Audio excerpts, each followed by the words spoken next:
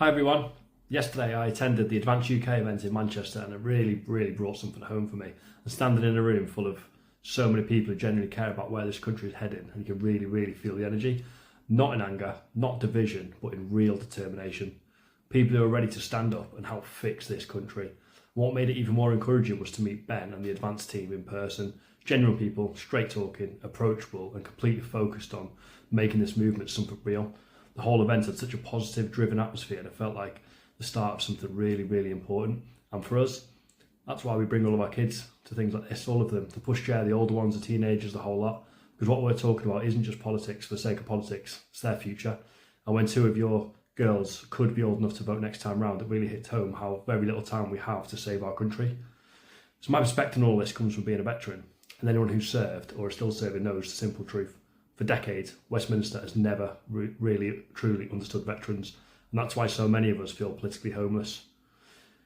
Governments of all colours have promised the world and delivered very little. We've seen no services, overstretched services, support the changes depend on your postcode, family left to cope on their own, and a system that still doesn't even measure veteran suicides properly. In 2021 alone, according to an ONS report, 253 veterans took their own lives, and the government can't even bother to count how many veterans it's losing. How can it ever claim to care? And now we see that veterans are being lined up as a test group for digital ID. We should never be experiments, shouldn't be monitored, especially when we're not being supported, and we should never feel like an afterthought. And like so many veterans, I found myself thinking, where do we fit? Who actually listens? Is anyone serious about fixing this country? And for the first time in a long time, something finally made sense. Advance UK. Because Advance UK is built on the values that veterans recognise instinctively. And that things like service, duty, community, family, patriotism, integrity and equality. And these aren't just buzzwords, they're the way we live. And yesterday showed me the kind of people Advance is attracting: business owners, community leaders and people with real world experience. Not career politicians parachuted into safe seats. People who have looked at Britain and they've said, enough is enough, this country deserves better.